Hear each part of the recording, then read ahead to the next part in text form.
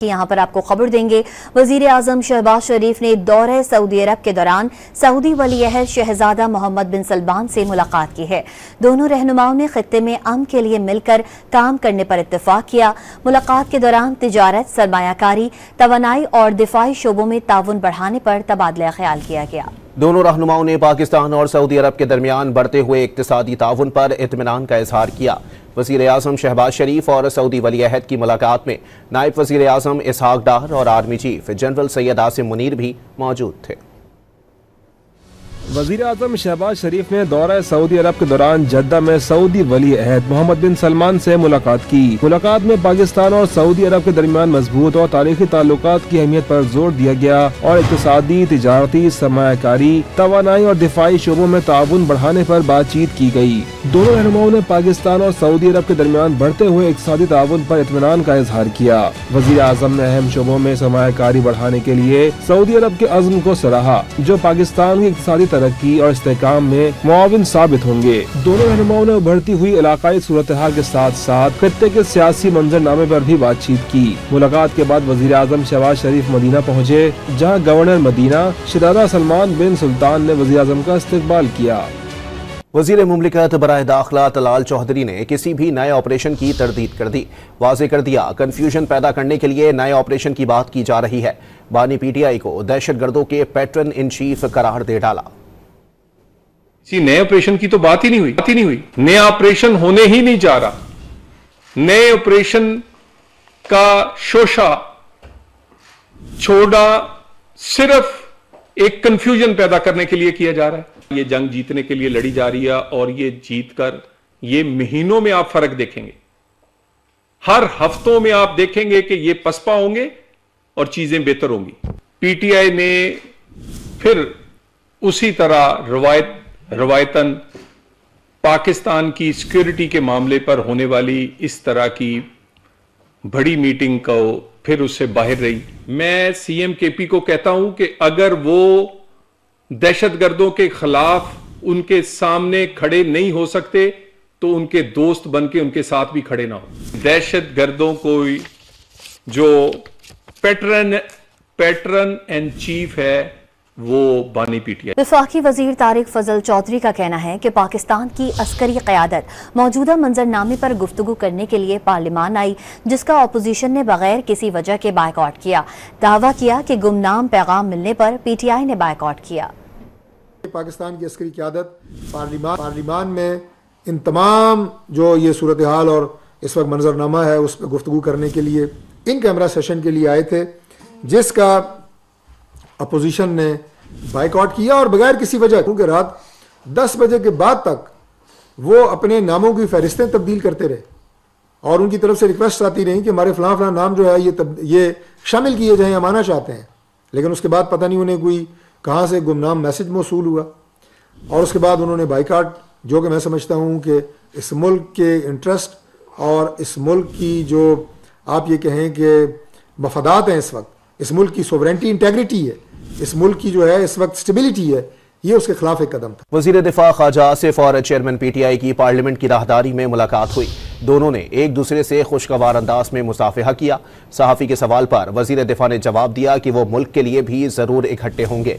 Chairman PTI barrister Gauhar ने वाज़ेह किया कि न सिर्फ दहशतगर्दी बल्कि तमाम मामलात पर इत्तेफाक होना चाहिए।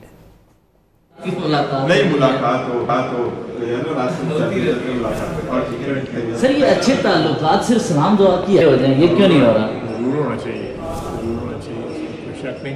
पर माजी की रिवायतें जो थी मुख्तलिफ थी पार्लियामेंटेरियंस की। आप लोग ये कहते हैं कि इवन कॉरिडोर में भी ना मिले।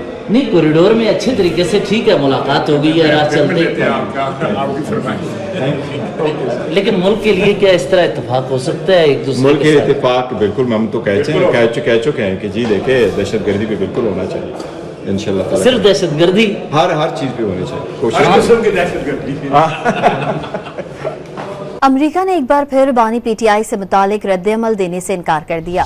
मीडिया ब्रीफिंग के दौरान तहरीक इंसाफ के बानी से मुतालिक सवाल पर अमरीकी महकमा खारजा के तर्जुमान टेमी ब्रूस ने दो टोक अल्फाज में वाज़ेह कर दिया कि किसी दूसरे मुल्क के अंदरूनी मामलात पर बात नहीं की जाएगी।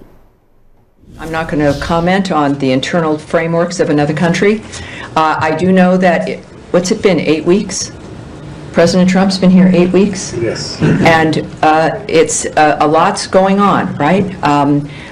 Regarding his intentions and actions, you can reach out to the White House, but I do think that, President Trump has made it clear that, as has Secretary Rubio, that we care about the planet, we care about our neighbors, we care about what's happening on the globe, and that's been evidenced by our actions. Rawalpindi में CTD ने थाने पर हमले के 2 मुल्जिमान को गिरफ्तार कर लिया। Police के मुताबिक हमजा और रोमान का ताल्लुक फितनतुल ख्वारिज से है। तर्जुमान सीटीडी के मुताबिक गिरफ्तार दहशतगर्द फितरतुल ख्वारिज के अहम कमांडर के साथ राबते में थे। दस्ती बम, भारी मिकदार में बारूदी मवाद, डेटोनेटर, सेफ्टी फ्यूज, वायर और दीगर अशिया बरामद कर ली गई। 125 आलमी रिकॉर्ड बनाने वाले राशिद नसीम ने रोमानिया की रियलिटी टीवी शो में जबरदस्त परफॉर्मेंस का मुजाहरा किया। द गेम ऑफ शेफ जजेस ने बेहतरीन परफॉर्मेंस पर उन्हें आइकन नाइफ तोहफे के तौर पर पेश किया और खूब तारीफ की। उन्होंने शो में ननचक्कू का जबरदस्त मुजाहरा किया, हाथ से मजबूत काले पत्थरों को भी तोड़ा।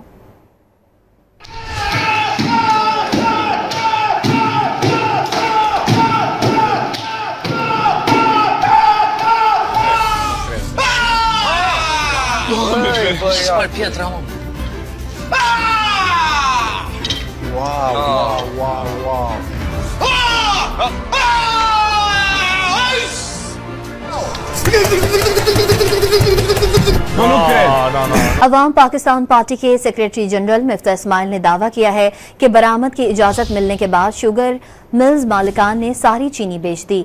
साबिक हुकूमत के दौर में चीनी बरामद करने की इजाजत देने पर तनकीद करने वाले बताएं, कीमत बढ़ने का जिम्मेदार कौन है?